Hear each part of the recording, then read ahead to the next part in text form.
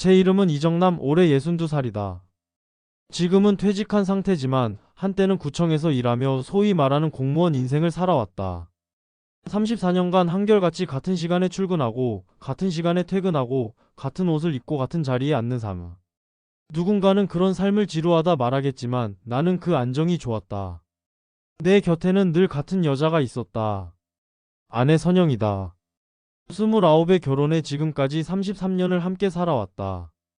큰 다툼 없이 서로의 생활을 존중하며 조용히 살아왔다. 아이는 하나, 아들 하나 키워내서 군대 보내고 대학 보내고 지금은 결혼해서 분당에 살고 있다. 며느리도 좋고 손주도 예쁘다. 누가 보기엔 참 모범적인 노년 부부다. 하지만 은퇴 후 이상하리만큼 공허했다. 하루가 너무 길었고 사람 만날 일도 없었고 아내는 언제부턴가 내 일상에 크게 관심이 없어졌다. 집안일, 마당 정리, 복지센터 봉사. 선영은 늘 바빴다. 나는 자연스레 집 근처 식당을 자주 찾게 되었다. 그중 하나가 은희네 밥상이었다. 작은 식당이지만 정갈했고 무엇보다도 그곳의 직원 은희가 있었다. 내 또래보다 조금 어려 보였고 언제나 단정한 앞치마에 환한 미소를 짓고 있었다. 처음엔 그저 반가운 얼굴 정도였다. 하지만 자주 오가며 안부를 묻고 반찬을 더 챙겨주는 그녀의 손길에 묘한 따뜻함이 느껴졌다. 누군가 내게 이름을 불러주는 게 오랜만이었다. 내가 뭘 좋아하는지 기억해주는 사람이 있다는 게 낯설고 또 좋았다. 아내는 내게 늘 잔소리처럼 말했다. 무언가를 하지 않으면 안 된다는 듯한 말들. 하지만 은희는 달랐다. 내 삶을 인정해주고 위로해주는 듯한 태도를 보였다. 그날 이후로 나는 거의 매일 그 식당을 찾게 됐다. 처음엔 점심, 나중엔 저녁까지. 그녀는 자주 내 앞에 앉아 밥을 먹었고 가끔은 반주로 소주 한 잔도 나눴다. 그렇게 우리는 친구처럼 혹은 오래된 이웃처럼 가까워졌다. 아내에게는 말하지 않았다. 말할 이유도 없다고 생각했다. 그저 식당에서 밥을 먹는 것뿐이라고 스스로를 합리화했다. 하지만 점점 그녀와 함께 있는 시간이 기다려졌고 아내와 있는 시간은 점점 지루해졌다. 하루는 그녀가 내 아내에 대해 물었다. 복지관에서 봉사활동을 한다고 답했지만 그 질문에 이상하게 쓸쓸한 기분이 들었다. 나는 이제 아내와 단둘이 있는 시간이 낯설고 불편했다. 말도 줄고 식사 시간도 조용했다. 그날 밤 아내는 식탁에 국을 놓으며 내 얼굴을 살폈다. 나는 얼버무렸다. 좋다고 느끼는 이 감정이 잘못된 것일까? 누군가에게 이름을 불리고 안부를 묻는 일상이 그토록 소중하게 느껴질 줄은 몰랐다. 이제 와 돌이켜보면 그때가 시작이었다. 아주 조용히 그러나 깊이 빠져들기 시작한 그때부터 내 삶은 조금씩 틀어지고 있었다. 불륜이라고 부르기엔 아직 멀었지만 마음이 움직이고 있었던 건 분명했다. 그리고 나는 그 감정의 끝이 어떤 결말을 불러올지 전혀 알지 못한 채 매일 그 식당의 문을 열었다. 처음엔 그저 밥을 같이 먹는 것이 좋았다. 하지만 어느 순간부터 그 시간이 내 하루에서 가장 기다려지는 순간이 되었다. 은퇴한 남자의 하루는 생각보다 허무하다. 해야 할 일도 가야 할 곳도 기다리는 사람도 없다. 그 허전한 시간 속에 한 사람의 따뜻한 존재는 너무도 쉽게 마음을 파고들었다. 은희는 특별한 질문을 던지지 않았다. 그저 들어주었다. 내가 살아온 이야기들, 예전 직장에서의 에피소드, 아들 자랑, 취미로 하던 사진 이야기까지.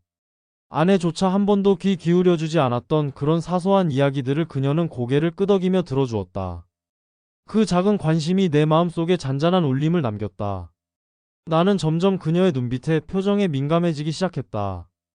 그녀가 피곤해 보이면 내 기분도 가라앉았고 그녀가 웃으면 하루가 환해졌다. 이제는 내가 그녀를 위로하고 싶다는 생각까지 들었다. 그녀가 힘들어하지 않도록 내가 도와줄 수 있는 게 있다면 뭐든 해주고 싶었다. 그것이 처음으로 생긴 감정이었다. 어느 날 그녀는 식당 근처에 있는 조그만 카페에서 커피를 마시자고 했다. 단둘이 식당 바깥에서 마주 앉는 것은 처음이었다. 어색함보다는 설렘이 앞섰다. 따뜻한 커피를 마시며 웃는 그녀의 얼굴은 그동안 봐온 어떤 풍경보다도 아름다웠다. 나는 그런 내 감정이 무섭기도 하고 동시에 멈출 수 없다는 걸 깨달았다. 그날 이후 우리는 식당이 아닌 장소에서도 종종 만났다. 공원 벤치, 동네 찻집, 가끔은 백화점 식당가에서 점심을 함께 하기도 했다. 주변 사람들의 시선이 조금씩 신경 쓰이기 시작했지만 그녀와 함께 있는 시간이 더 중요했다. 아내에게는 아무 말도 하지 않았다. 이미 대화가 단절된 우리 사이에서 굳이 설명할 필요를 느끼지 못했다. 어느 날은 그녀가 조심스럽게 생활 이야기를 꺼냈다. 오랫동안 혼자 살았고 자식도 없으며 식당 일도 힘들다고 했다. 잠시의 침묵 뒤에 나는 내 마음속에 말을 꺼냈다. 퇴직금과 연금으로 넉넉하진 않지만 혼자 살기엔 부족하지 않다. 누군가와 함께라면 더 의미 있는 삶을 만들 수 있을지도 모르겠다고. 그 말은 은희의 눈빛을 바꾸었다. 그날 이후 그녀는 더 자주 웃었고 내 손에 살짝 손을 얹는 일도 잦아졌다. 작은 스킨십이었지만 그 감촉은 오래도록 남았다. 나는 이제 확신하고 있었다. 내가 평생을 살아온 관계보다 지금 이 순간이 더 진실하다고 믿고 있었다. 아내와의 시간은 갈수록 의미가 줄어들었다. 식탁에 앉아도 서로의 눈을 보지 않았고 TV 소리만 거실을 채웠다. 함께 있는 시간이 오히려 불편했고 나는 자꾸만 밖으로 나돌았다. 나도 모르게 거짓말이 늘어갔다. 친구를 만난다, 사진 동호회에 간다, 도서관에 간다. 하지만 내 발걸음은 언제나 그녀에게 향했다. 이쯤이면 말해야 한다는 생각도 했다. 정리를 하고 솔직하게 털어놓고 새로운 출발을 해야 하지 않을까. 아내에게 미안하지만 남은 인생은 내 감정을 따라 살고 싶었다. 더 늦기 전에 지금 이 순간이 지나가기 전에 말이다. 나는 식탁 앞에 앉은 아내를 바라보며 깊은 숨을 내쉬었다. 그리고 입을 열 준비를 했다. 내 마음속에 진심을 꺼내기 위해. 이제 모든 것이 달라질 것이란 걸 알면서도 나는 멈추지 않기로 했다. 아내는 아무런 의심도 하지 않았다. 여느 날처럼 국을 데우고 김치를 꺼내오고 밥상을 차렸다. 그 모든 익숙한 일상이 갑자기 낯설게 느껴졌다. 나는 여전히 같은 식탁에 앉아 있었지만 마음은 전혀 다른 곳에 있었다. 그 간극이 너무 커져서 이제는 무언가 정리를 해야겠다고 생각했다. 입을 열기까지 많은 시간이 걸렸다. 목구멍까지 차오른 말이 끝내 밖으로 나오지 않았다. 하지만 결국에는 말해야 했다. 더는 속일 수 없었다. 더는 그녀를 외면하며 살 수 없었다. 나는 조심스레 이혼 이야기를 꺼냈다. 아내는 처음엔 웃었다. 농담처럼 들렸던 모양이다. 하지만 내가 진지하다는 걸 깨닫자 그녀의 얼굴에서 웃음기가 사라졌다. 손에 들고 있던 숟가락이 천천히 내려놓아졌고 그녀는 내 얼굴을 똑바로 바라보았다. 나는 시선을 피한 채 말을 이었다. 이혼이 누구의 잘못 때문은 아니라고, 그냥 이렇게 살 수 없을 것 같다고, 남은 인생은 나 자신을 위해 살고 싶다고. 아내는 말없이 내 얼굴을 계속 응시했다. 그녀의 눈동자 속에는 충격, 배신감, 그리고 설명할 수 없는 허무가 뒤섞여 있었다. 그 순간 나는 알고 있었다. 지금 내 입에서 나가는 말 한마디 한마디가 그녀의 33년을 무너뜨리고 있다는 걸. 그럼에도 불구하고 나는 입을 다물 수 없었다. 이미 너무 멀리 와버렸다. 마음은 이미 돌아갈 수 없는 강을 건너버렸고 내 행동은 그 마음을 따라가고 있었다. 아내는 천천히 일어나 방으로 들어갔다. 문이 닫히는 소리가 무겁게 울렸다. 식탁 위엔 식지 않은 국과 밥이 남겨져 있었고 나는 그 앞에 앉아 움직이지 못한 채 시간을 흘려보냈다. 다음날 아침 아내는 아무 말 없이 아들의 집으로 향했다. 며칠 동안 집에 혼자 남겨진 나는 오히려 홀가분함을 느꼈다. 이제 모든 게 끝났다는 안도감 같은 것이었다. 그 짐을 내려놓은 기분이었다. 하지만 그 평온은 오래가지 않았다. 며칠 뒤 아들이 전화를 걸어왔다. 그 목소리는 날카롭고 단호했다. 아내가 이혼 이야기를 꺼냈고 내가 다른 여자를 만나고 있다는 걸 눈치챘다는 것이다. 아들은 평생 나를 존경해왔다. 정직하고 묵묵히 일만 하던 아버지였다고 생각해왔다. 그런 아들이 내게 실망했다고 말했다. 그의 말은 칼처럼 날아와 가슴에 박혔다. 나는 아들에게 변명을 하지 않았다. 내 선택이 옳았다고 말하지도 않았다. 그저 침묵했다. 그 침묵 속에서 나는 내가 만든 균열이 생각보다 훨씬 깊고 치명적이라는 걸 깨달았다. 아들과의 관계까지 잃을 수도 있다는 생각이 처음으로 두려워졌다. 그러나 나는 후퇴하지 않았다. 여전히 마음은 그녀에게 향해 있었다. 은희와의 관계는 점점 더 가까워졌고 우리는 더 자주 함께 시간을 보냈다. 그녀는 내가 집을 나와 혼자 살게 된 사실을 알고 있었다. 내게 따뜻한 위로의 말을 건넸고 작은 도시 외곽의 모텔에서 하룻밤을 보내기도 했다. 그날 밤 나는 처음으로 내 인생의 방향을 바꾼 결정이 실감났다. 아내와 아들이 등을 돌린 지금 내가 의지할 사람은 은희밖에 없다는 사실이 또렷하게 다가왔다. 나는 그녀와 함께할 삶을 본격적으로 준비하기로 마음먹었다. 집도 정리하고 재산 분할 문제도 마무리하자고 아내에게 법적 절차를 밟자고 통보했다. 이제 돌아갈 길은 없었다. 모든 다리는 불태워졌다. 나는 새 인생을 향해 걷기 시작했다. 하지만 그 길이 어떤 끝을 향하고 있는지 나는 아직 알지 못했다. 이혼 소송은 생각보다 빠르게 진행됐다. 아내는 처음에는 합의로 끝내길 원하지 않았다. 서류를 내밀며 덤덤하게 말하는 내 모습이 낯설고 무정해 보였을 것이다. 결국 그녀는 변호사를 선임했고 나도 어쩔 수 없이 법적 절차에 응했다. 그녀는 30년 넘게 가정을 지킨 대가를 요구했다. 당연한 일이었다. 내 입으로 불륜을 고백한 바는 없지만 그녀는 모든 것을 눈치채고 있었다. 집과 예금, 연금까지 모든 것을 반으로 나누자는 그녀의 요구는 처음엔 과하다고 느껴졌다. 그러나 변호사의 말을 듣고 고개를 숙일 수밖에 없었다. 법은 정당했다. 나의 잘못이 명확했고 그녀는 충분히 그에 대한 보상을 요구할 자격이 있었다. 결국 3억 가까운 금액과 연금의 절반 그리고 아파트 소유권을 넘기는데 동의했다. 그렇게 나는 한순간에 가진 것의 대부분을 잃었다. 집을 떠나 작은 원룸으로 들어갔다. 은희는 처음엔 자주 들렀다. 집들이를 핑계 삼아 반찬을 싸오고 방 안에 커튼을 달아주고 이불을 새로 사다 주었다. 그녀와 함께하는 생활은 신혼 같은 설렘이 있었다. 낡은 전기주전자 하나로 물을 끓여 차를 마시고 삼각김밥으로 끼니를 때우며 소박한 일상을 시작했다. 하지만 곧 현실은 달라졌다. 연금은 절반이 줄었고 은희와 보내는 시간은 생각보다 비용이 많이 들었다. 식사를 할 때도 어디를 갈 때도 내가 비용을 부담하는 일이 잦았다. 그녀는 일주일에 몇 번만 식당에 나간다 했고 그 외에는 일을 쉬고 싶어 했다. 생활비는 생각보다 빠르게 줄어들었고 나는 어느 순간부터 통장을 자주 확인하게 되었다. 은희의 말투도 바뀌기 시작했다. 처음엔 사소한 말이었다. 요즘 피곤하지 않아요? 또 뭔가 지쳐 보여요. 하지만 그 속에는 은근한 거리감이 섞여 있었다. 내가 계산을 머뭇거리면 그녀의 표정이 굳어졌고 여행 이야기를 꺼내면 예전처럼 들떠하지 않았다. 나는 자존심이 상했지만 애써 모른 척했다. 다시 혼자가 되는 건 두려웠다. 아들과의 연락은 끊겼고 전 아내는 내 전화를 받지 않았다. 은희마저 잃으면 정말 아무도 남지 않을 것 같았다.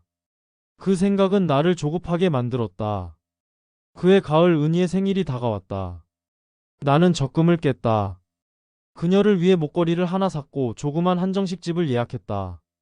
모든 것을 다시 붙잡고 싶었다. 그날 그녀는 평소와는 다르게 화장을 진하게 하고 예쁜 옷을 입고 나왔다. 나는 다시 설렘을 느꼈다. 하지만 그건 오래가지 않았다. 식사가 끝나갈 무렵 그녀는 조용히 말을 꺼냈다.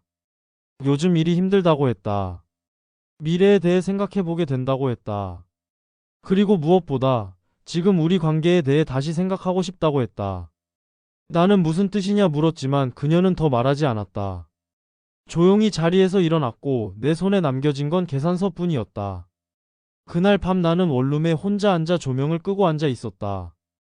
그동안 그녀와 함께했던 모든 순간이 스쳐갔다. 하지만 그 기억들 속에서 진짜 따뜻했던 순간이 얼마나 있었는지를 생각하게 되었다. 그리고 그때 처음으로 깨달았다. 나는 사랑을 얻은 것이 아니라 외로움에 기대고 있었던 것일지도 모른다는 사실을. 하지만 후회는 이미 늦었다. 나는 내 선택에 책임을 져야 했고 그 대가를 고스란히 받아야 했다. 겨우 시작된 이 삶이 앞으로 어떻게 무너질지 나는 아직 감당할 준비가 되지 않았다. 그 후로 은희와의 만남은 눈에 띄게 줄었다. 그녀는 일이 바쁘다며 약속을 미뤘고 전화도 예전처럼 자주 받지 않았다. 문자에 답하는 시간도 점점 길어졌다. 나는 그런 변화를 뚜렷이 느끼고 있었지만 인정하고 싶지 않았다. 어느 날 주말 저녁이었다. 우리는 오랜만에 함께 저녁을 먹기로 했다. 은희는 나보다 먼저 도착해 있었다. 그녀는 평소보다 화려한 옷차림이었다. 처음 보는 하이힐, 진한 립스틱, 고급스러운 귀걸이. 낯선 모습이었다. 나는 괜한 불안감을 느꼈다. 식사 도중 그녀는 조심스럽게 말을 꺼냈다. 최근에 알게 된 사람이 있다고 했다.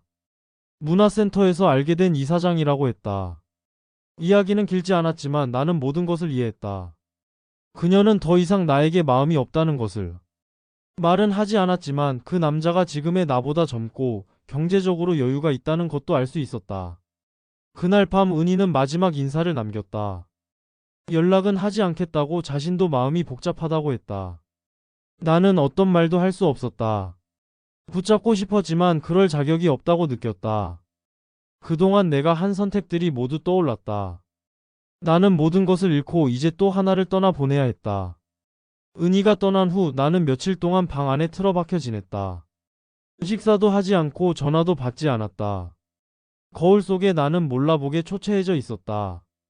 누구에게도 연락이 오지 않았다. 세상과 단절된 느낌이었다. 가끔 TV에서 웃고 떠드는 사람들을 보면 그게 이질적으로 느껴졌다. 한때는 나도 저런 일상을 살았었는데 지금은 저 세계에 속하지 않은 사람처럼 느껴졌다. 지쳐 누워 있다가 문득 정숙이 생각났다. 30년 넘게 나와 살아온 아내. 늘 곁에 있었지만 내가 외면했던 사람. 그녀는 지금 어떤 삶을 살고 있을까? 그녀에게 연락을 할 수는 없었다. 이미 돌이킬 수 없는 상처를 준 이상 내가 다가가는 것은 또 다른 상처일 것이다. 대신 아들의 근황을 수소문했다. 아내와 손주 사진이 SNS에 올라와 있었다. 밝게 웃는 얼굴. 그 속에 나는 없었다. 그건 당연한 일이었지만 이상하게도 가슴이 시렸다. 나는 다시 원룸의 조용한 방으로 돌아왔다. 작은 방, 좁은 침대, 습기 찬 벽지.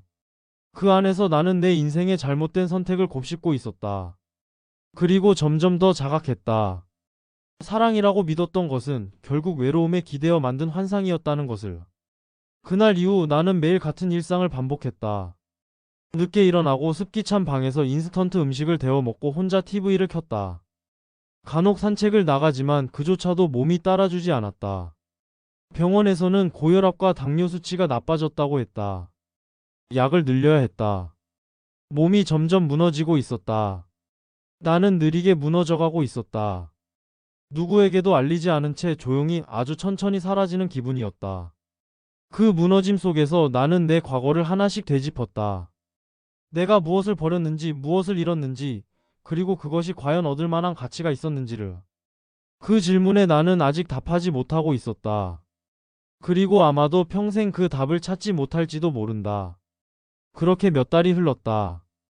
은희와의 관계는 완전히 끝났고 아들과는 여전히 연락이 닿지 않았다. 하루는 고요했고 밤은 길었다. 텅 빈 원룸에서 나는 점점 더 외로움과 싸워야 했다. 어느 날 거울을 보는데 내 얼굴이 낯설게 느껴졌다. 깊게 파인 주름, 꺼진 볼, 초점 없는 눈동자. 그 속에는 그 어떤 감정도 담겨 있지 않았다. 몸은 점점 더 아팠고 병원에서는 우울증 진단까지 내려졌다. 정신과에서 항우울제를 처방받았지만 그 약을 먹는 것조차 자존심이 상했다. 나는 약을 손에 쥐고 한참을 바라보다 결국 입에 털어넣었다. 무력감이 온몸을 휘감았다. 살아있는 것이 부끄러웠다. 누군가를 사랑할 자격도 용서를 구할 자격도 없다는 생각이 들었다. 그날 밤 나는 잠을 이루지 못한 채 밤새 천장을 바라보았다. TV에서는 예전 드라마 재방송이 흘러나오고 있었다. 여느 날과 다를 바 없는 밤이었다. 하지만 갑자기 핸드폰이 울렸다. 화면에 뜬 이름은 민석이었다. 아들이었다. 손이 떨렸다. 그가 보낸 메시지는 짧았다. 아버지 괜찮으세요? 나는 잠시 핸드폰을 쥔 채 아무 말도 하지 못했다. 눈물이 흐르고 있었다. 너무 오랜 시간이 흘렀지만 그의 그 한 문장이 내 가슴을 무너뜨렸다. 나는 조심스럽게 답장을 보냈다. 잘 지내고 있다고. 그리고 고맙다고. 며칠 뒤 민석은 내게 다시 연락을 했다. 이번에는 직접 만나자고 했다. 약속 장소는 분당의 조용한 카페였다. 나는 초라한 옷차림이 부끄러워 새 셔츠 하나를 샀다. 약속 시간보다 일찍 도착해 자리를 잡았다. 그리고 얼마 뒤 민석이 문을 열고 들어왔다. 그는 예전보다 더 단단해진 얼굴이었다. 어깨가 펴져 있었고 말투는 여전히 조심스러웠지만 그 안에 묵직한 감정이 담겨 있었다. 우리는 한참을 말없이 앉아 있었다. 그는 먼저 말을 꺼냈다. 엄마가 이제 괜찮아졌다고 잘 지내고 있다고 했다. 그리고 나에게 물었다. 지금 어떻게 살고 있는지. 나는 꾸밈없이 말했다. 작은 원룸에 살고 있고 은희와도 헤어졌으며 건강도 좋지 않다고. 민석은 고개를 끄덕이며 내 말을 들었다. 그 얼굴엔 실망도 분노도 없었다. 다만 안타까움이 있었다. 그는 조용히 말했다. 이제라도 삶을 바로잡을 수 있다면 도와주고 싶다고. 나는 한참을 망설였다. 하지만 이내 고개를 끄덕였다.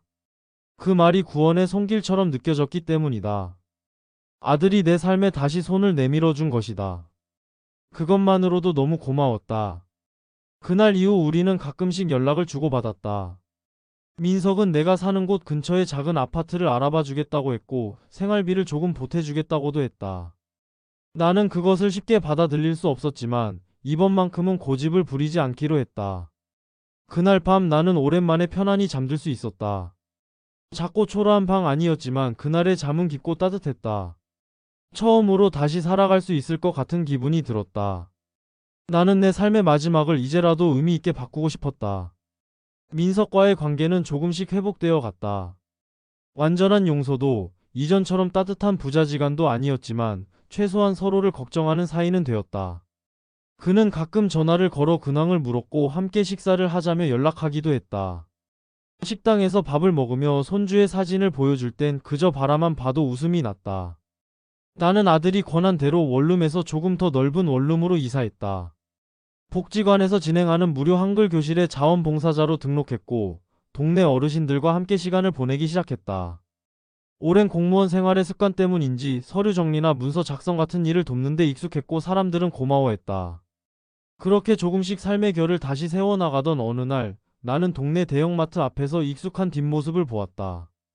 단정한 앞치마를 두른 여인, 그녀는 은희였다. 한 손엔 쇼핑백, 다른 손엔 휴대폰을 들고 있었다. 그 옆에는 또 다른 남성이 서 있었다. 중년의 깔끔한 정장을 입은 남자, 그리고 자연스럽게 서로를 바라보는 눈빛. 나는 순간 멈춰섰다. 그녀가 웃고 있었다. 한때 내 앞에서 보여주던 바로 그 미소였다. 그녀는 나를 보지 못했다.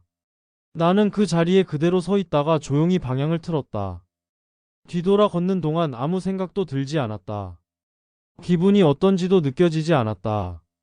집으로 돌아오는 길 마음 한켠이 서늘해졌다. 질투도 미련도 아닌 감정이었다. 어쩌면 안도였을지도 모른다. 그녀는 이제 자신의 삶을 살아가고 있었다. 그리고 나도 나만의 삶을 다시 시작하고 있었다. 우리가 만든 기억은 이미 과거의 한 장면으로 남아있을 뿐이었다. 그날 밤 나는 민석에게 전화를 걸었다. 짧은 안부를 묻고 다음 주말에 같이 밥이나 먹자고 했다. 그는 흔쾌히 좋다고 했다. 나는 수화기를 내려놓고 창문을 열었다. 가을 바람이 들어왔다. 낙엽이 바람을 타고 멀리 흩어졌다. 나는 문득 생각했다. 내가 과거에 집착하며 살았다면 이 계절의 공기도 느끼지 못했을 것이다. 이제는 후회보다 현재에 집중해야 할 때였다. 비록 많은 것을 잃었지만 남은 삶은 충분히 새롭게 그릴 수 있다는 믿음이 생기기 시작했다. 밤이 깊어갔다. 나는 오래간만에 책을 펼쳤다. 한 장 한 장 넘기며 문장 속에 잠겼다. 그리고 마음속으로 다짐했다. 지금부터라도 누군가에게 상처를 주는 사람이 아닌 위로가 되는 사람이 되고 싶다고. 나 자신에게도, 그리고 아직 내 곁에 남아있는 사람들에게도. 자원봉사는 생각보다 큰 위로가 되었다. 복지관에 오는 노인들은 나와 비슷한 아픔을 안고 있었다. 혼자 사는 이도 있었고 자식과 연 끊긴 이도 있었다. 그들과 나누는 대화 속에서 나는 조금씩 치유되고 있었다. 누구도 나를 비난하지 않았고 누구도 과거를 묻지 않았다. 나는 매주 2번 복지관에서 서류 작성과 컴퓨터 교육을 도왔다. 손이 느린 이들에게 천천히 키보드를 알려주고 자녀에게 이메일을 보내고 싶다는 할머니를 도우며 웃음을 나눴다. 그런 시간들이 내 마음속 텅 빈 공간을 천천히 채워나갔다. 몸 상태도 조금씩 나아졌다. 약을 거르지 않고 먹었고 식단에도 신경을 썼다. 동네 병원에서 주기적으로 검진을 받으며 생활 리듬을 지켜나갔다. 하루 세 끼를 챙겨 먹고 가끔 공원 벤치에 앉아 책을 읽는 일상이 쌓여갔다. 하루는 복지관에서 봉사활동을 마치고 나오는 길에 오래전 친구에게서 전화가 왔다. 그는 예전에 함께 근무하던 동료였다. 내 이야기를 들었다며 조심스럽게 안부를 물었다. 나는 망설이다가 솔직하게 말했다. 많이 후회했고 지금은 다시 살아보려 노력하고 있다고. 그는 말없이 내 이야기를 듣다가 잠시 침묵한 뒤 말했다. 누구나 실수는 한다고, 하지만 그 실수를 인정하고 고쳐나가는 사람은 드물다고. 그리고 지금 내가 그걸 하고 있는 것 같다고. 그의 말은 생각보다 큰 울림을 주었다. 나는 늘 죄책감에만 머물렀다. 내가 잘못을 했으니 무너진 삶은 당연하다고 여겼다. 하지만 그 말은 처음으로 내게 용서받을 자격에 대해 다시 생각하게 했다. 나 자신에게도, 그리고 언젠가 누군가에게도. 민석과의 관계도 한 걸음 더 가까워졌다. 그는 어느 날 손주를 데리고 내 원룸 근처 공원에 왔다. 나는 아이의 손을 잡고 그네를 밀어주며 웃었다. 아주 오랜만에 느끼는 따뜻한 촉감이었다. 아이는 나를 처음 보는 듯 낯설어했지만 곧 나에게 달려와 안겼다. 그 순간 나는 눈물이 날 뻔했다. 이 작은 생명 앞에서 내 과거의 어리석음이 잠시 사라지는 기분이었다. 그날 밤 나는 잠이 오지 않았다. 창밖을 보며 오랫동안 생각에 잠겼다. 나는 정말 많은 것을 잃었고 그 대가는 결코 가볍지 않았다. 하지만 지금 이 순간 다시 시작할 수 있다는 가능성 앞에 서 있다는 사실만으로도 충분했다. 내가 바랄 수 있는 것은 남은 시간을 더 이상 어리석게 낭비하지 않는 것이었다. 누군가의 곁에 조용히 머물며 말없이 손을 내밀어 줄 수 있는 사람이 되는 것. 그것이면 되었다. 인생의 후반부, 나는 비로소 사람의 온기를 제대로 배우고 있었다.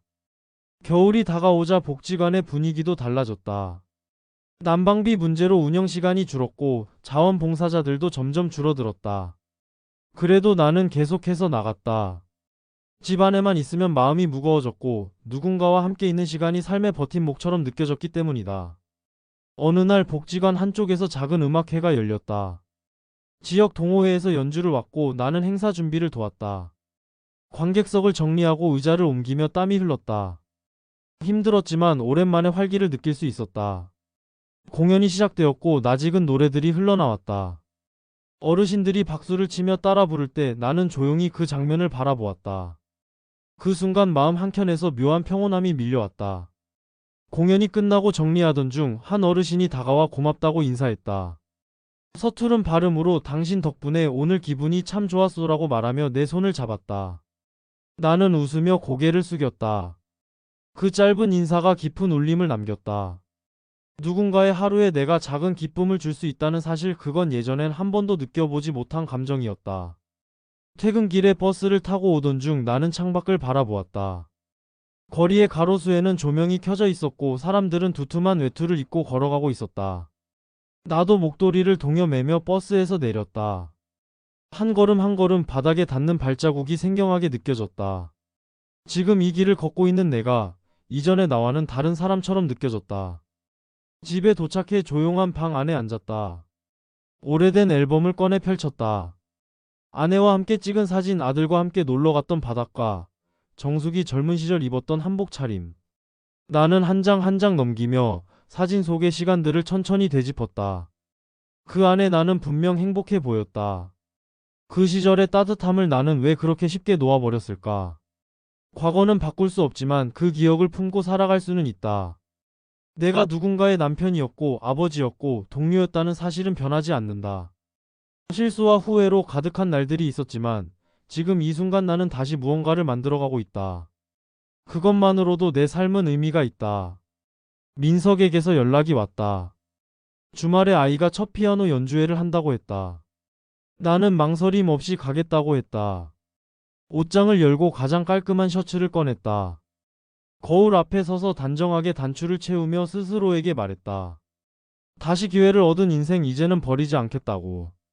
그날 밤 나는 작은 메모장을 꺼내 짧은 글을 적었다.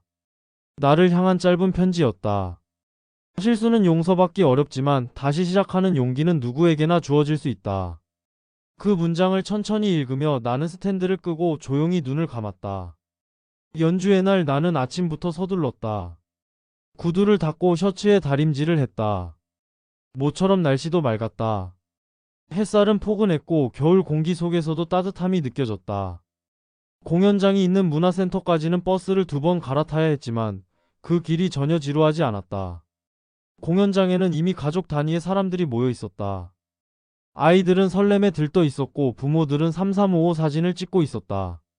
민석이 나를 발견하고 손을 흔들었다. 나는 천천히 걸어가 그의 옆에 섰다. 며느리와 손자도 웃으며 인사했다. 어색한 미소가 오갔지만 그것조차 따뜻하게 느껴졌다. 손주의 피아노 연주는 짧았지만 감동적이었다.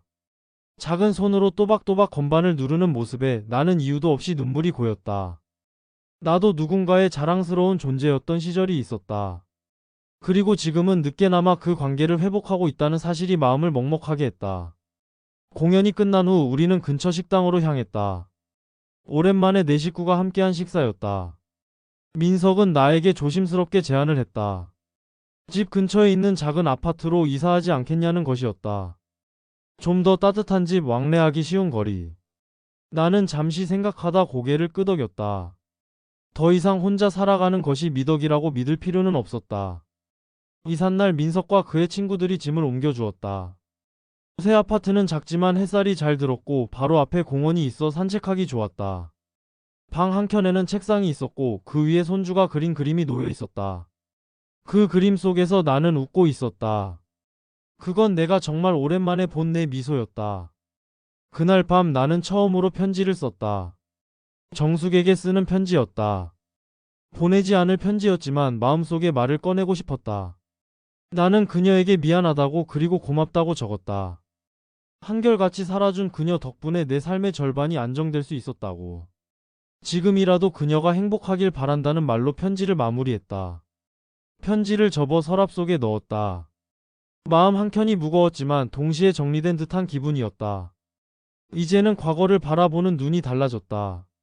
후회는 여전했지만 그 후회 위에 새로운 시간이 쌓이고 있었다. 다음날 아침 복지관에 나가 자원봉사를 했다. 어르신들은 내가 이사한 걸 축하해 주었고 어떤 이는 점심을 함께 하자고 초대했다. 나는 웃으며 고개를 끄덕였다. 지금 이 삶이 완벽하진 않지만 다시금 사람들 사이에 서 있다는 것이 감사했다. 하루를 마치고 집에 돌아오는 길 나는 문득 하늘을 올려다 보았다. 구름 한 점 없는 겨울 하늘 그 아래를 천천히 걷는 나. 62세에 모든 것을 잃었지만 다시 천천히 되찾아가고 있는 지금. 나는 그저 이렇게 조용히 살아갈 것이다. 더는 큰 욕심도 없고 깊은 원망도 없었다. 이제 남은 삶은 실수로부터 배운 것들을 천천히 돌려주는 시간이다. 그것이면 충분하다. 그리고 나처럼 늦게라도 깨달은 이들이 있다면 그들에게도 이 말 한마디를 전하고 싶다.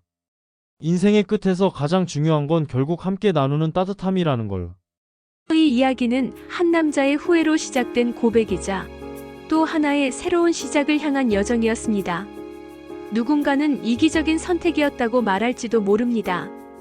또 어떤 이는 늦은 깨달음조차 용서받기 어렵다고 말할 것입니다. 하지만 삶이란 때로는 가장 낮은 곳에서야 비로소 본래의 빛을 찾게 되는 법이기도 합니다. 주인공은 자신도 모르게 무너졌습니다. 정년 퇴직 후의 공허함, 일상의 반복, 그리고 외로움 속에서 마음의 균열이 생겨났습니다.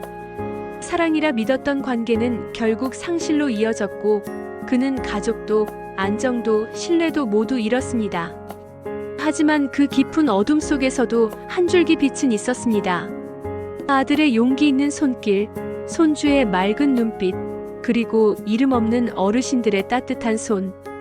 그것들은 그를 다시 삶의 자리로 이끌었습니다. 이 이야기가 우리에게 전하는 가장 큰 메시지는 후회보다 중요한 것은 다시 살아내는 용기라는 점입니다. 잘못은 누구나 할 수 있습니다. 하지만 그 잘못에 갇히지 않고 그것을 딛고 다시 나아가는 것. 그 자체가 삶의 진정한 의미일지도 모릅니다. 황혼의 삶은 끝이 아닌 또 다른 시작입니다. 그 속엔 여전히 사랑도 회복도 성장도 존재합니다. 그리고 그 시간을 채우는 건 거창한 변화가 아닌 함께 나누는 따뜻한 말 한마디, 손을 잡아주는 작고도 소중한 마음입니다. 혹시 지금 이 영상을 보고 계신 분들 중에서도 과거의 실수로 인해 마음이 무거운 분이 계시다면 이 이야기를 통해 작은 용기를 얻으시길 바랍니다. 삶은 언제나 늦지 않았습니다. 비록 시작이 어긋났더라도 마지막 페이지는 스스로 다시 써내려갈 수 있습니다. 마지막으로 이 시리즈를 끝까지 시청해주신 모든 분들께 진심으로 감사드립니다. 이 이야기가 여러분의 마음에 작은 울림으로 남기를 바랍니다. 구독과 좋아요, 알림 설정은 더 많은 인생 이야기를 만드는 큰 힘이 됩니다. 다음 이야기에서 다시 찾아뵙겠습니다. 감사합니다.